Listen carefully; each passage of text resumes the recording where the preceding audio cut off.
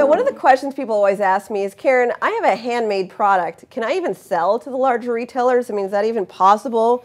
Do I have to actually create it in China and do that whole thing? I mean, how does that work?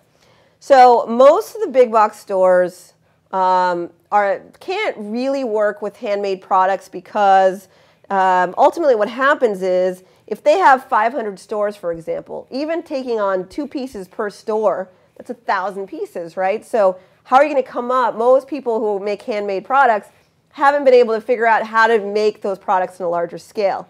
Now, if you have a way to do that and you can show to the buyer that you have a whole team of people who are going to be creating these products and that you can tell them your capacity, how long it'll take, and so forth, the buyer would absolutely consider it, but the reality is most people don't have that capacity.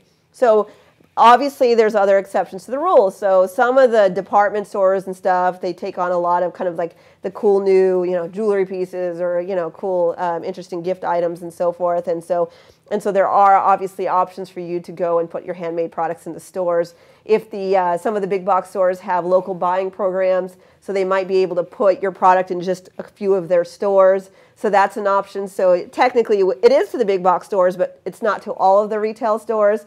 But the majority of the time, it really comes down to, can you show the buyer they wouldn't mind buying your product as a handmade product. They actually would love it if you can just show to them how you're going to be able to create the product if they start generating business with you and they want to put it in all their stores and stuff like that.